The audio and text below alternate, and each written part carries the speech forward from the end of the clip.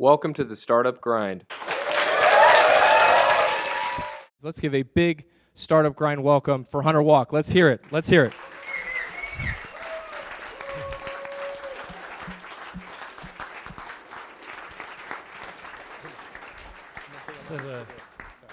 This is a good reception. I don't usually get this. I was hoping though I could run out of the bullpen to like enter Sandman or something.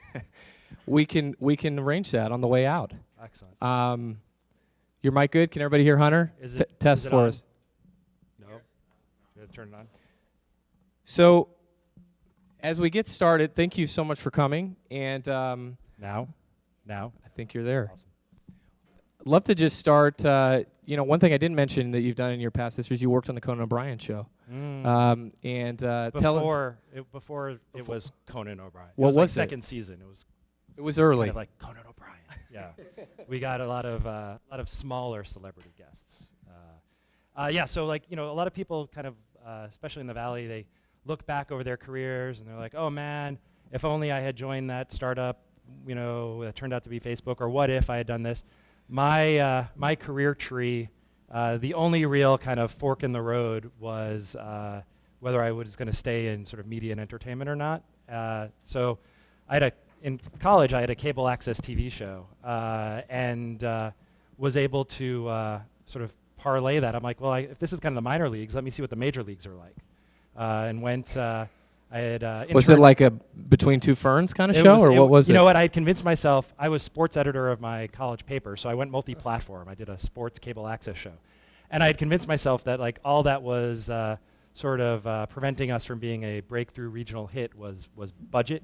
That I was really good. I watched videotapes of it a year or two later, and I firmly took a spot behind the camera for the rest of my career. I was not going to be the next. You have a radio voice. It's okay. Radio voice.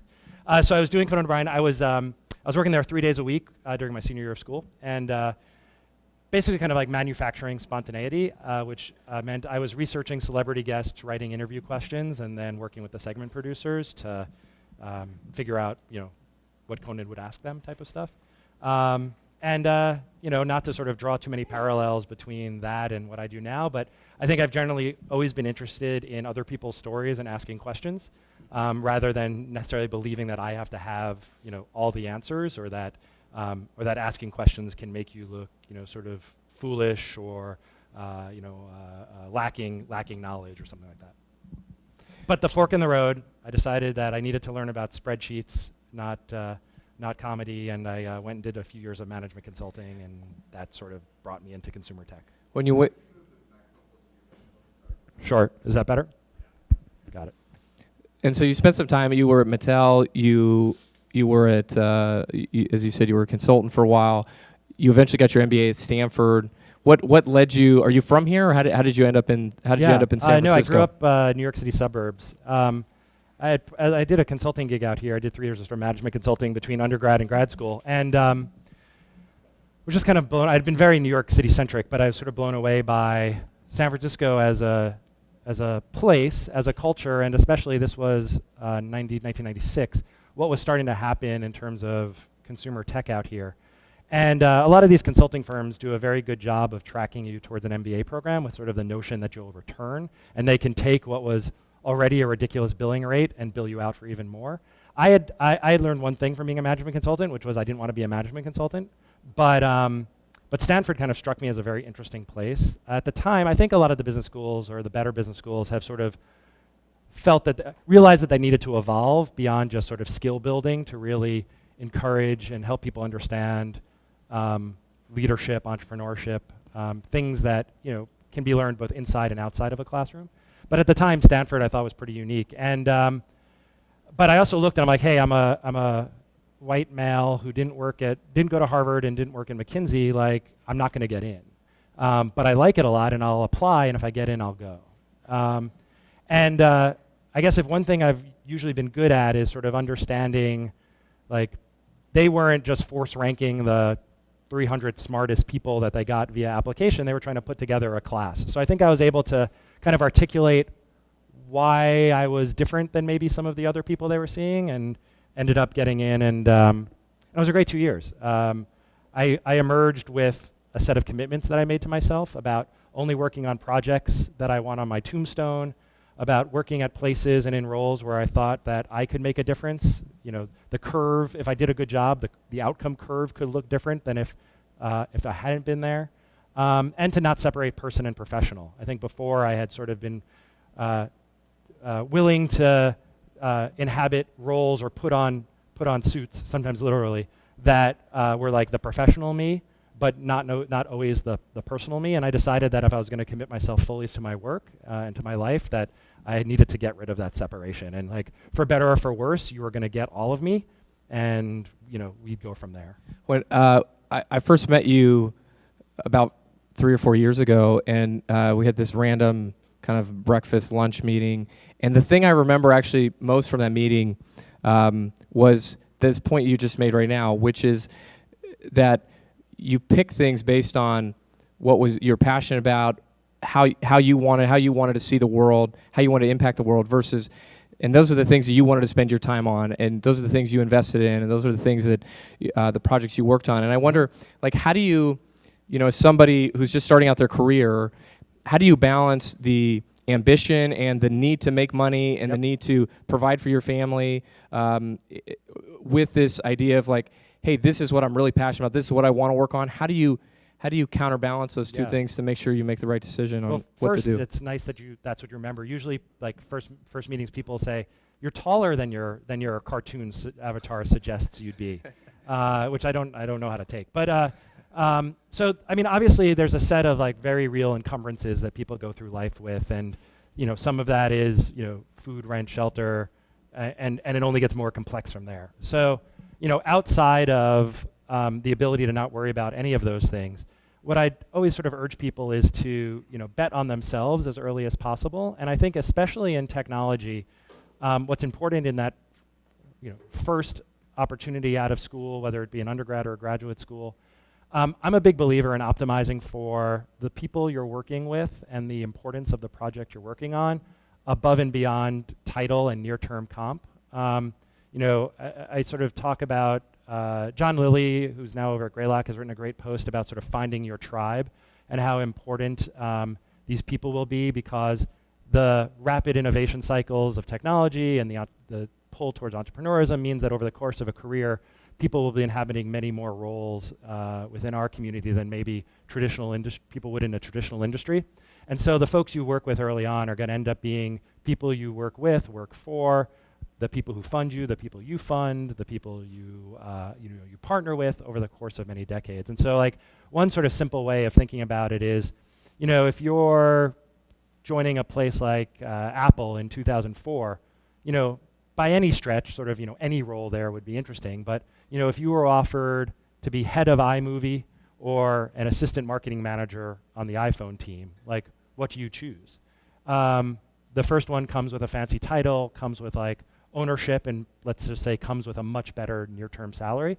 The latter role comes with the best team at the company, the project that the management cares about, and almost the certainty of, if it's successful, the growth within that group will mean that you'll be doing something very different 6, 12, 24 months from now within the company.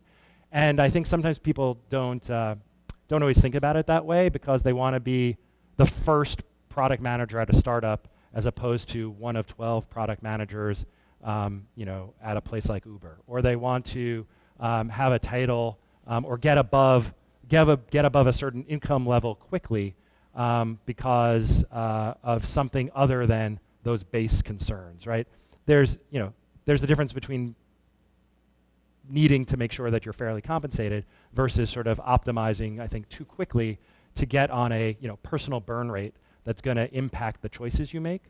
And for me, I mean, you sort of mentioned Google. Like, look, a lot of where I am today was because I ended up at a very interesting place at a very interesting time, and that became a place that I learned at, a place that became a platform for me getting exposure to people and technology outside of Google, and ultimately gave me a financial stability to now take a few years where I don't need a large near-term salary, but can be, know that if HomeBrew does well, long term I'll make that back up. So tell us a little bit about that. So you joined Google, I believe, in 2003. So I finished up grad school in 2000, and I had the luck and good fortune of, being true to those promises I made to myself that I was going to work on things that needed me, project I cared about.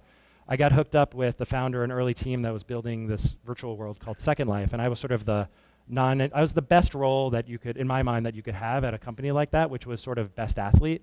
Like, it was all engineers and me, and so. So you'd always win ping pong. You'd always win at course. Not literal best athlete, so I did product stuff for 3 years, kind of from start to a few quarters past commercial launch. But I was also getting exposed to whatever fire was burning that I either needed to figure out how to solve, and then move on to something else, or figure out what we needed to hire to get that done repeatedly and better than I could do in many cases. And it was also a startup that I'd consider evangelical versus opportunistic and incremental. So I learned a lot about the power of smart, interesting problems, pulling together very talented people, not people looking for jobs that you can hire, but people who are like employed and just sort of show up at your door and be like, I heard what you're doing and I need to join. And the start of Google was very similar to that as well. So I did my 3 years there. I think of phases as 3 to 5 years. And we got launched, and I wanted to touch tens of millions, hundreds of millions of people faster than I thought that product was. And so, and they were also going to go through sort of a 4 to 7 year period where they needed to like sort of build. And so sort of, it was like, Hunter, you can stay here, but we need you to do like community support, because that's the only role besides coding that we have left right now. Yeah. I was like, well, I'm going to go do something else. So I was just going to go start or join something that I thought was a little bit lighter weight, could scale faster. But I knew a lot of people at Google. And so I think I spent, at that time, you either had a very fast interview process or a very long interview process. Like Google didn't do anything like normal, maybe still don't, but fast as in like someone with clout says, I want to hire this person. I was there 9 of 10 days over the course of 2 weeks interviewing for 3 roles. Oh, wow. And 9 full days? Pretty much. Wow. And at the end of it, like I got offered 2 of the 3 roles, and I ended up joining. It was about 1,000 people. So it wasn't this little sort of thing that nobody knew about. Sure. Google was Google. It wasn't Google. And the financials certainly weren't out yet. In fact, it was funny.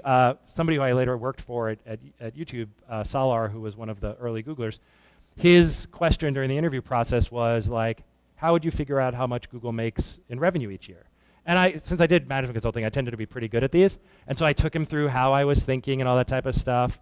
And I wrote like a number on a piece of paper and I slid it across, and he's like, that's really good. And of when course, he's like the guy that literally figured out AdWords, Google's business, yeah. he figured out knew, AdWords, right? Yeah. And so I decided to join. I sucked up a little bit that I had been going to board meetings, and Larry and Sergey weren't going to invite me to board meetings anymore.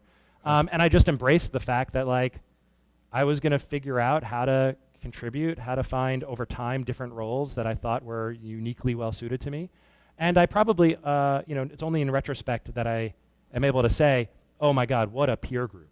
Like when I was joining, I wasn't thinking, oh, I'm gonna to the right and left of me are gonna be people who I'm gonna learn from.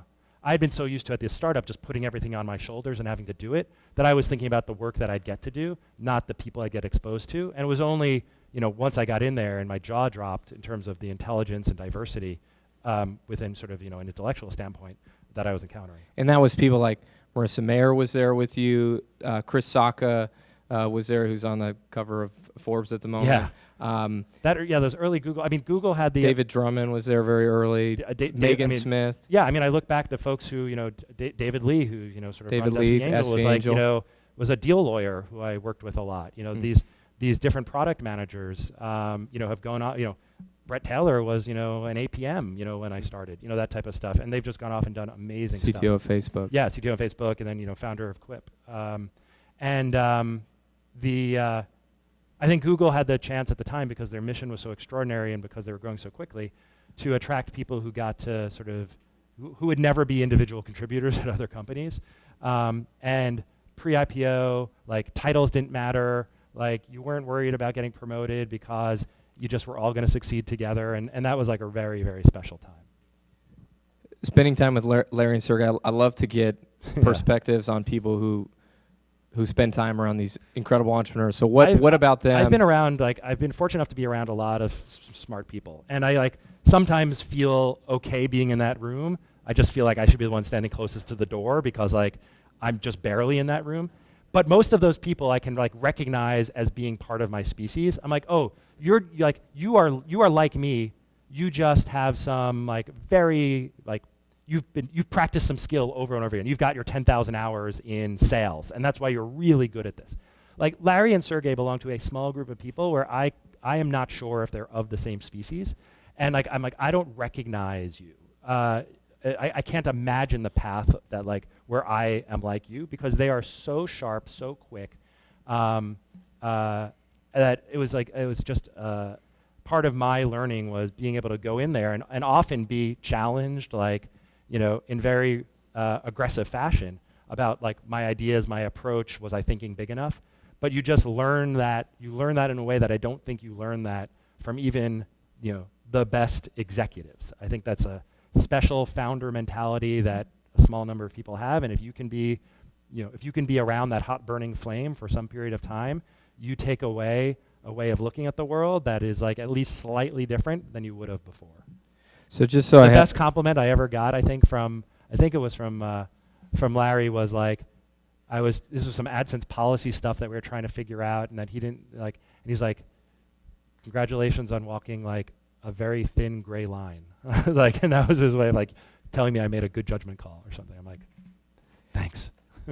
So I mean, just so I understand, and I think we have Meerkat and also the video here, so nobody tweet this out, but you are saying you don't think they're human. Is that right? Did I have it? Well, I mean, I think both Sergey and Larry, maybe the same planet. 23andMe, Google's invested in 23andMe, so I think we can, they've probably spit into a test tube at some point. That's and, right. And we've proven that they are. But they're just they're extraordinary. And it was always hard and sometimes very frustrating to figure out how to help them understand what was in your head, but ultimately, what would emerge would be something better than I could come up with on my own. Our hashtag is Startup Grind, and I want to get to some of the kind of the really relevant things today that entrepreneurs are talking about, but I just a little bit of a bridge into you becoming an investor. While you're at Google, you're still investing. I like to think of, as I've kind of just looked at what you've done and read about you and things like that. I mean, you kind of are like the accidental investor to me. Today in the .com era, what everyone said is every waiter and waitress, was a founder. And today, whatever this era is, to me, it feels like every waiter or waitress is an investor. It's just it's like this thing that is just, or an advisor. Hallelujah, we're all angels. We're all angels. We're all advisors. I'm an advisor. We're all advisors. Well, I launched my daughter on AngelList. So she has an AngelList page. We're the founders. Wow. I have a board of advisors. It's a great, actually, spam honeypot, because every once in a while I get an email to me that talks about my company and my company Astrid Walk. Yeah. And might need a CRM system. Yeah. I forward those on to Naval. I'm like, spammer. Has anyone invested or? Yeah, I've got investors. You got a syndicate or Gil? Is Gil leading that? It's very funny. Yeah, this is pre-Gil. Okay. No, no M&A until she's 18, sure. all that type of stuff. But it's I am well versed in the fact that there's now a very large and broad group of people who are able to get involved in startups from an investment standpoint. When did you start investing? So I think why? Probably around maybe 2007, 2008. I was over at YouTube. I was going deep on video, and I knew that was going to be my job for the next few years and potentially my last job at Google. And there was also so many things happening that I wasn't getting exposed to because we were just going deep on video, that I wanted to be educated by really smart founders, really smart friends on what they were figuring out about mobile, about commerce, about all these things that I wasn't getting to spend time on, and I don't think we're necessarily in Google's wheelhouse. And so I reached the point where I had, we didn't have a child yet, I was married. I was, sort of Google was doing well, and so I was vesting enough money that if a little bit disappeared, nobody would notice. My wife wouldn't notice, and so I went in with the mentality of, I'm going to write some small checks, and I don't want to lose it, but I'm not trying to play some game of getting into the hot deals. This is my cost of tuition for backing people I care about and trying to learn about things where I think having real detailed knowledge of how this works will benefit me later in life. So I started making about 4 to 5 investments a year, mixture of people I knew and ideas I cared about. The mistakes I made were always when I strayed from that, and I'm thankfully, even though it was my own money, I'm glad I made those mistakes then as opposed to with HomeBrew, and I can talk a little bit about those. You know, I also didn't like at the time. It was kind of funny because I think Google had this handbook, employee handbook that said you had to like get investments approved, but I saw all these Google executives and other people like investing in things, and I was like, I'm just going to do this, and they trust. I'm running product at YouTube. If they don't trust my judgment, they have bigger issues, and so I just kind of made investments, stayed quiet, and tried to learn alongside and work with those founders. And so I ended up with probably a portfolio of about 20 companies, which by and large has done very well, but like wasn't assembled with some notion that this was going to be my proof to go into venture, or this was going to set me up to not work again. I was going to catch a unicorn, whatever. Like, I was never thinking like that. And I stopped angel investing when I started HomeBrew. And you started HomeBrew 2 years ago. You raised a $35 million fund. Yeah, we raised the fund Q1 2013. 2013, yeah. And tell us. And we're almost at the end of that fund. And what are you investing in? What's interesting to you? What tell us about your view of the world. HomeBrew is a seed stage fund. The simple true north is trying to create the type of fund we would have wanted to take money from. So I'd call us sort of front of the round partners of conviction. We try to do about 8 to 10 investments a year where we're playing a lead or co-lead role in a seed round, first institutional round. I mean, the sort of terms are so muddy these days, but let's just say like we want to write our check as part of your first $3 million, and I don't care if it's the first dollar in or the last dollar in. And we really want to sort of lean in during what I'd call sort of year 0 to 3, seed through A through B. At that point, we're always going to be, we're always going to be available to you. We're going to continue to be investors, but like you're going to have other investors in the room at that time who should be on your board and things like that. We step back, which we're just starting to test out because our companies are just starting to get to B rounds. And so if that's our investment model, then we have like a light thematic, but I'd sort of call it a white picket fence, not a barbed wire fence. Like, it's not meant to prevent, exceptions. It's just we have a point of view on the way the world's working out. We call it the bottom-up economy.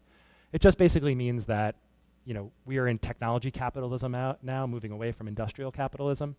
And that's a glass half empty, a glass half full as that transition occurs. And we think new types of marketplaces, new types of revenue streams, new types of data and efficiency get created that are available not just to large institutions, but teams, SMBs, SMEs, software developers, consumers. So it tends to look a lot of like horizontal vertical SaaS, SDKs, APIs, marketplaces, direct to consumers. Representative companies we've invested in are like Ship, which it's a first mile logistics app helping consumers and businesses send things easily. Zen Payroll, Layer in the API SDK space that says every app is going to be a messaging app in the sense that users and service may be communicating to one another outside of just notifications OS level. And so this, it's like, this allows you to build that easily. So it's sort of like Stripe for messaging. And so we really love things that generally sort of have some empowerment aspect to them. We tend not to do as much like deep stack, storage, security. Those are very capital intensive. We don't have any particular point of view in that space. And strangely enough, even though I was running product at YouTube and my partner was running product at Twitter, we tend not to do as much stuff that's just pure social self-expression. Not because I don't love it, but I actually think it's hard to pick like 8 to 10 deals a year that you're going to write $1 million check into at the seed stage. Like, which photo app do I want to bet on? I much rather, if I was going to do that, I'd write 20 to 30, $250,000, $300,000 checks. And I just think operationally, we'd be kidding ourselves if we think we could do both that and the lead investor model that we're using and live up to the commitments we've made to our founders. And that's first and foremost what's most important. Like, in this world of content marketing and brand marketing and VCs trying to market themselves, I think what really matters most is what founders tell founders. And so, we're very conscious about sort of our net promoter score with our current founders. And like, if we want to do anything, we want to meet or exceed their expectations. And talk about where you get the companies that you invest in. Where do they come from? Other investors? What percentage? Your existing founders? Other people? Yeah. Cold so emails?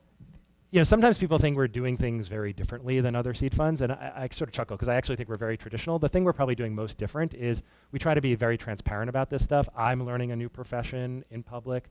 We take the mentality of, if this isn't violating a confidence that our LPs have in us, our investors in us, or a founder has in us, like, why not make it public? So we talk all about, we like every once in a while do our deal flow stats and publish them.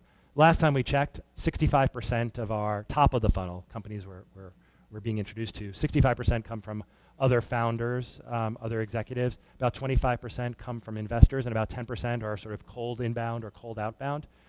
I'd say of those, the investor introductions probably convert below their percentage at the end of the funnel, because you might think of us that we do like 0.8 deals a month.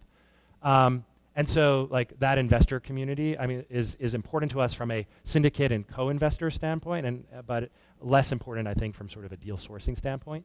The founder relationships, the entrepreneur relationships, being willing to open up every message that comes in and take a look at it, being willing to sort of lob a message into somebody's inbox, or slide into their DMs and sort of say, hey, you're doing something very interesting. I'd love to talk to you. I think ultimately that's what will produce results for us. A lot of debate right now about funding, how much to take, valuations. YC just had their demo day this week, and people are talking about it. And I thought maybe we could just walk through, for an entrepreneur that's trying to figure out on both of these issues. Let's start the first with how much to raise, and for let's call it an early stage founder, seed stage or Series A stage entrepreneur. Talk us through a little bit how you would advise an entrepreneur that comes into you and asks this question. What do you tell them from what you've seen? How do you make those decisions on what number you should be asking for? So I think generally investors sort of yelling about high valuations are like a dieter yelling at the cookie jar. Like you don't have to pay them if you don't want to.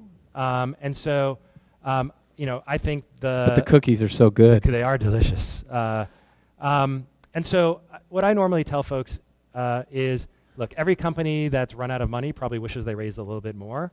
But on the flip side, hopefully this is the most expensive equity you're ever selling, because it's going to be worth more and more and more. And whatever you raise, you're going to spend it in 12 to 18 months.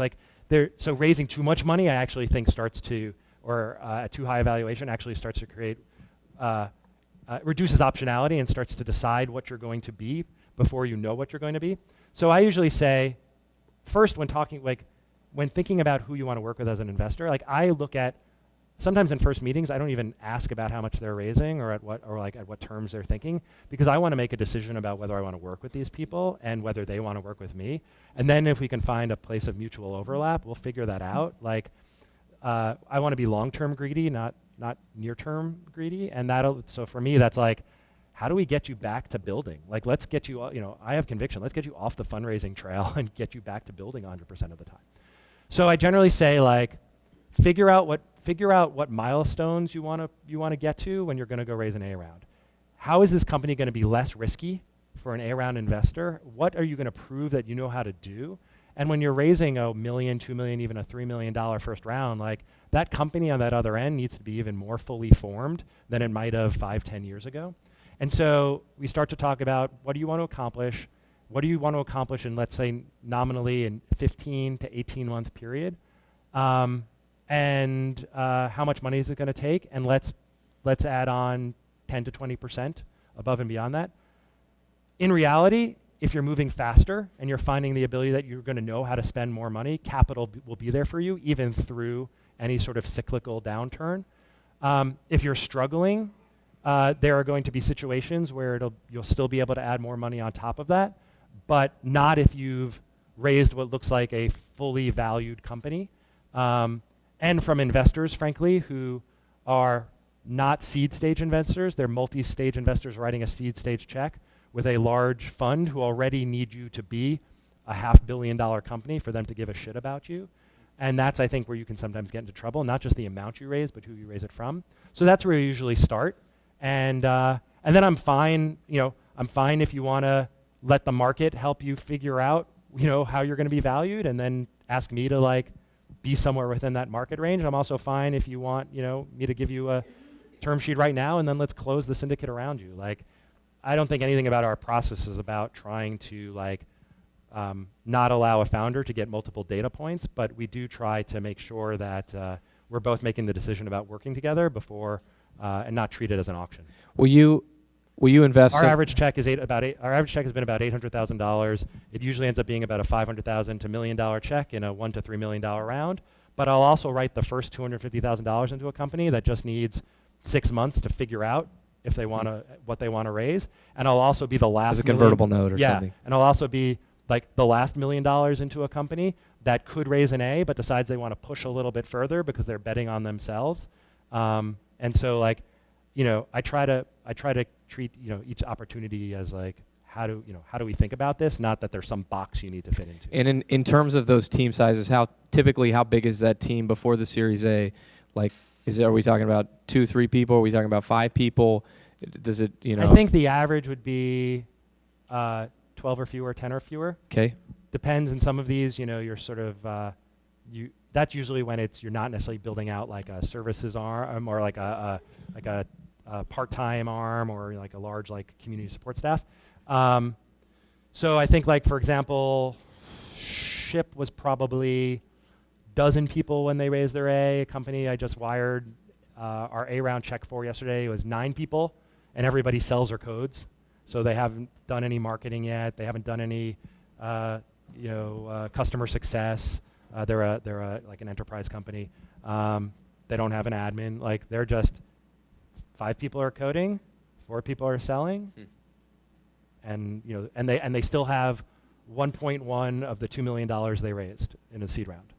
So they decided to raise because they were ready to, not because they needed to. And that put them in a great position to sort of, if they weren't getting the feedback from the market they wanted, to be able to go put their head back down, as opposed to like, hey, we've got 3 months of capital left, what do we do? And so I get from the seed and I get to the Series A, and what at today's market rates were at the end of Q1 in 2015, what type of growth, what type of metrics, what type of revenue should I be seeing? I know it completely depends on the company, it completely depends on the market and the stage, but So just give us some vertical. give us some examples of, like. So I'd say there's 2 types of companies at that stage. One where there's a lot of comps, and one where there aren't a lot of comps. So if you're in a SaaS business, if you're in something where that next A-stage investor is going to be looking at a dozen or more companies maybe that week that look a lot like you, they are almost sort of care less about the market. You're the expert in the market. I'll look at that, but let me see the numbers and let me understand if you are ahead or behind those milestones, right?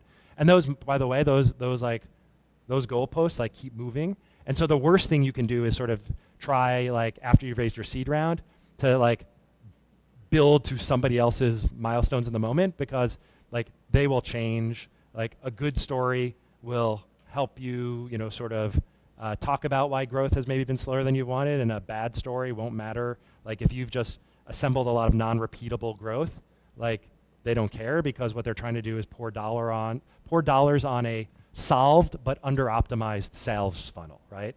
So, if you're a marketplace, if you're a SaaS business, people are going to compare you every day, and so you better. And this is something that we as a seed round investor do. We try to also be sort of your ear to the market of telling you, like, here's where the market's at right now. Here's what we think you need to get done, but here's also where the market's telling you. If you're in a business that's a little bit different, that doesn't have comps, you need to have proved, I think, that the problem that you're solving is large, urgent, and valuable. The TAM is bullshit, right? I see so many TAMs where you've put together a bunch of different things, or like the T and the M are true, but the A like doesn't matter, because I don't know how you're gonna. You haven't yet told me anything interesting about how you're gonna reach those 5 million small businesses that happen to add up to $80 billion, right? And so I think what you have to start to show, if you're in something that can't be compared, is that you have solved something that other people don't understand yet, and that you know what your KPIs are, and you know how to spend that money, to that when you get to the B round, you'll be able to be assessed by more traditional metrics, whether that be revenue, customers, whatever, right? And so we've invested in some companies where I think the risk is not their viability. I think their risk is that their story looks a little bit different at the A round. And so in those cases, we try to help them build relationships in advance. Because like like we love sexy software, unsexy vertical. We have a bunch of stuff in financial services, fintech. We have stuff in commercial construction and real estate. The number of A-round investors who understand those, like commercial construction deeply, is a small number.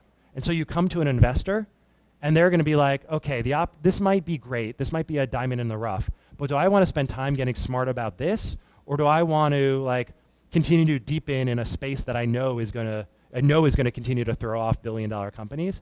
And so you really have to get people excited. It's like a more nuanced sale, you know, it's the founder, the CEO's job to do that. But frankly, I think it's also the lead investor's job.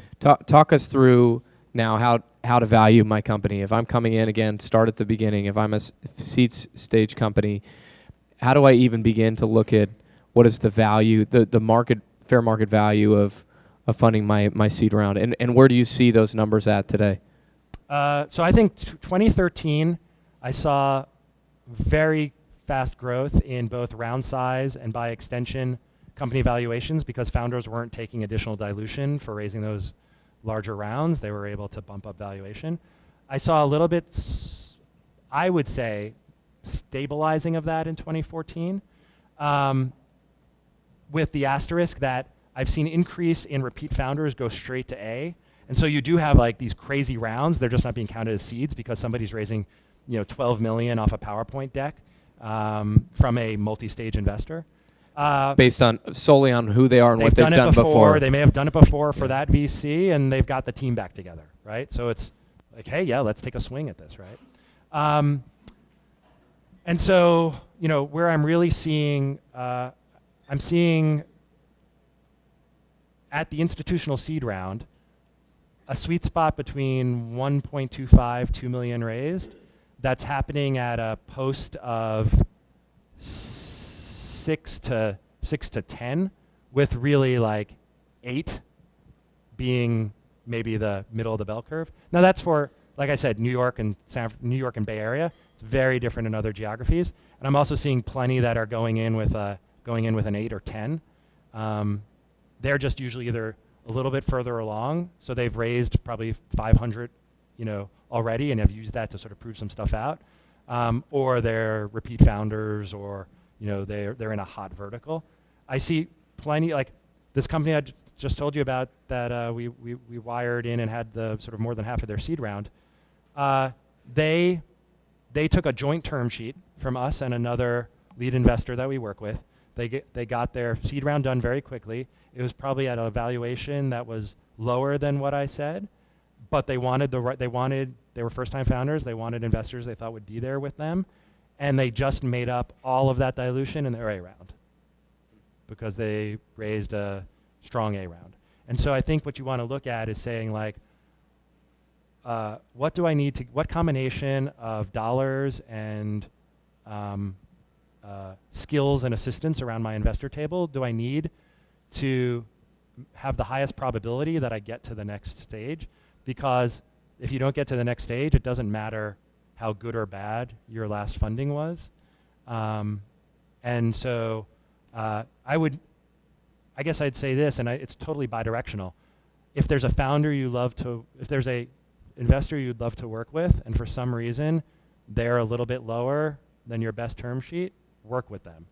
If there's a founder that I want to work with and I need to come up by $500,000 or $1 million in my valuation, and I think they are getting to that number, I think they are being respectful about the process, and there's just really some reason that I need to up it, I'll up it every time. And I'll walk away 100% of the time if I feel like they're running an auction, or that they're trying to optimize for price over round composition, because it's not that I can't pay that, it's that I feel like I'm being told something about the way that they're going to approach our relationship and the way they're going to approach subsequent rounds. And I probably miss some great opportunities because of that, but... That's not negotiating? You think that's more than that? You think it's... I think there's negotiating, and I think then there's whether you're being given bad advice or whether you're trying to over-optimize. I feel like for me, it's about a prioritization. And it's like, do you want me, and do you want to get back to building, or do you want to get like a little bit more, a little bit more, a little bit more? And, if they've built out a team already, I can kind of tell, it helps me. That's a great pushback. I guess what I try to do is understand that by gut checking looking at what else they've built and how are they doing that. Are they being stingy with employee equity, but they really should be generous with those first hires because those first hires are taking the same risk, that those founders are? Are they how are they thinking about what they need to accomplish and get done, and are they working backwards from that, or are they benchmarking against, what the last TechCrunch headline was? So all of those things are, I guess, sort of little data points that, in this game that's sort of both art and science, I have to sort of gut out. Do I want to get up every morning and put everything I can, my time, my reputation, my dollars behind this founder? Because that's what you get, when I write you a check. It's not just I'll retweet your shit every once in a while, although anybody who follows me knows that certain of my consumer-facing companies get a certain amount of love from me. It's just harder to tweet about commercial construction than it is about ship. Or dental phone system. Yeah, exactly. I think it was Oral Hygiene Day or something earlier this week, so I retweeted something for them. But I just get so passionate and enthusiastic about these, first and foremost, these people, then their teams, then their companies, then their value. That the financial outcome is critical to all of us. But at the end of the day, I just want to bet on amazing people and be a resource for them. Well, I think the reality is for most entrepreneurs is that the scenario that you're describing is hey, don't optimize for valuation, optimize for the people you want to work with. This is the best case scenario, and most people, if they should be so lucky, might eventually get there, but most don't, right? Almost no one gets there. But I'm largely fortunate enough to say I'm trying my best to work with founders in a best case scenario. Now there's lots of other amazing companies that start off in a geography that I don't look at, with with a story that unfolds a little bit, and those people sometimes have a harder time, or sometimes miss me, but have all the great A-round investors chasing after them in 12 to 18 or months. Or is GitHub, and they don't raise anything till or wait, and then name their price 4 years in. That's awesome. I think venture capital is a bad path for a lot of amazing companies. And thank God the space in between credit cards and small bank loans and venture is getting filled in with other alternatives, because there are our marketing to you aside, there are lots of great businesses that are going to be $50 million businesses that you can end up owning 80% of, and your employees can own the other 20%, and you can throw off profits every year as long as you enjoy doing it, as opposed to having to decide that this is a company that's going to need to have a binary outcome. And if you're building something that you think needs to be able to invest so far ahead of profitability, and is such a risk and needs that risk capital of venture, then great, go for it. But if you don't buy into the idea that anything other is just a lifestyle business, or that you're somehow second-class citizen or so on and so forth. Because I think per sort of our theme, I think there's going to be more and more what I'd call software-enabled small businesses, and I try to find some of those and say, hey, I think I think you can level up. Do you want to go for it? Well, and I think too, it's a good lesson for those entrepreneurs to say, if this isn't a scenario that makes any sense to your current situation, it may be a barometer for something that you're not doing right, or something that the product is not right, or it's something you could step back and say, look, if this is a product that needs to be funded by VCs to be successful in terms of what you've seen from the competition in the market in the past, you're we're going to have to raise institutional money to make this possible. And none of what Hunter has just said makes any sense to the data points you're seeing in your own company. You might look back and say, hey, how do I position myself where I'm getting a DM from a Hunter or Suster or somebody else saying, hey, this is cool, let me check this thing out. Yeah. And that does happen. There's going to be more and more experiments and frameworks that allow, hopefully, people to raise money in tranches that aren't every 18 to 24 months, that hopefully look the best thing that could happen would be if dividends get treated like capital gains, then you can build ongoing profitable businesses where you can return money to employees and shareholders and not have it taxed as income and stuff like that. There's a bunch of things that need to sort of happen to make that middle of the road become better for entrepreneurs and better for investors. But I think we are in a better spot than for those types of businesses than we were 5-10 years ago, and I assume that will continue. We're going to take questions from the audience. We're going to take questions from Meerkat. Hashtag Startup Grind. Let me just ask you one thing before we do that, and that is about relationships. You seem to know everyone that you should be knowing in The Silicon value Valley. of a distinctive name. If you have children, You do have a give great them a unique name. name. If I was named like Jeff Smith, nobody would remember me. Except maybe you became the CEO of Smule, Yes.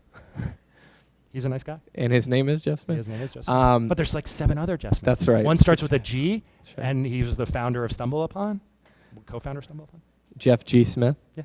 So Canadians, they do things a little different. So what did you do? You know, this isn't something you just started 2 years ago when HomeBrew emerged. When we were right? fundraising, like we fundraised rather quickly, and some of our potential LPs were like, "How long have you been fundraising?" And I said, 38 years. Because like these things are the sum total of everything you've done, before that. I was a liberal arts undergrad, and so I'm curious, and I believe that I can learn a lot from folks, in different disciplines, and so I was naturally always attracted to letting people who are smart in something I'm not smart tell me about what they know, and hopefully I could help them by telling them what I know. I was lucky enough to be at Google at a time where Google mattered, and so my words and increasingly my role as I was in leadership positions gave me entree to different folks proactively and reactively. My PR people said I had kind eyes, so they'd put me in a lot of speaking engagements and stuff, especially when I'd have to describe why. A lot of tweets about weird those stuff on eyes YouTube. tonight. Yeah, and like I said, sort of the path for me not taken was sort of going down more of a writing, journalism, so on and so forth. So, getting to write and getting to publish, and whether that be 140 characters or 1,000 words, helps. And so I think the sum total of that has been very useful. I benefited from a whole lot of people like, like the first VC I ever remember meeting was like David Hornick. He was early in his VC years at August. He found Linden Lab, which was the company that did Second Life. He came around. He was nice. He met me. I liked him. We started hanging out every once in a while. He started inviting me to like events that I had no right at being, and it just sort of all came. I was like, oh, okay, this is interesting. These are interesting people. And so I would just say, like, for me, networking means spending time with people you don't like because they might have transactional value to you, and like being curious and being useful and like paying it forward is about spending time with people you like, who you might at one point also be able to help and might be able to help you. And so part of the reason, and I hope this stays true with HomeBrew, is like I try to spend almost zero time networking, and I try to spend as much time as possible remaining curious, remaining open and accessible, and both receiving and giving, whatever. HomeBrew, for folks who don't know, we chose the name not because we're particular alcoholics or even enjoy homebrewing, although we receive a lot of, like, especially that first year, a lot of like office welcoming gifts of alcohol, which, if I knew that was going to happen, I would have like named ourselves like Cashmere Socks Ventures or something like that, or Single Origin Coffee, partners. But besides wanting to suggest something that's small, community made, it's a nod backward to the Homebrew Computer Club of the 70s, which was about a bunch of PC enthusiasts coming together. It's where, Steve Jobs and Woz met and all that type of stuff. And for me, we're also focused on disruption. Like, what's next? What's before us is shit. I'm gonna disrupt this. Software's eating the world. And like that stuff's all awesome and true. I love spending time looking out the windshield, not the rearview mirror. But I also think it's important to honor the fact that we stand on the shoulders of the people who came before us, and especially when tech wasn't just about billion-dollar, valuations and money and this and that, but was about like the love of making things. And so like that's in our name. It's in our logo. It sits on my shoulder because I have a homebrew tattoo, which I've never had to show to win a deal, but maybe soon. Can we see it? In in an age of like wanting to make sure that Sure. we're all being sure. proper, like I don't know if that's okay. Oh, well, Like, is this if I was called a woman, Startup would you Grind? ask that? So I don't know if anything's really proper here. I was on I'm also very interested in using my sort of, whatever. Okay, zoom in there. Zoom in on Hold on, that. let me take this off. Yeah, sure. I'll hold the Britney Spears thing. We're going to have you wear your homebrew tank top, but there it is. How about it? Wow. Yeah. So one day I will, pound a table with a founder and be like, "You think you're committed? You think you're committed? Look Rip at your this." shirt off Hulk Hogan style. Well, when I got it. I came back with it to one of our like happy hours, like with a bunch of founders, and it was like bloody. They're like, "Is that real?" I was like, "Fake tattoos don't bleed."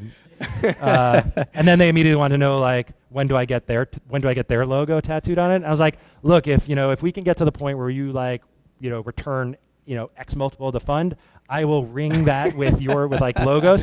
And I'd be like, "How awesome would it be if my final report to my LPs for like Homebrew Fund 3 was no financials, just a picture of my shoulder. Like, count those logos." They would for sure be in the next fund, I'm positive. Let's give a big thank you for Hunter. Thank you. It was great.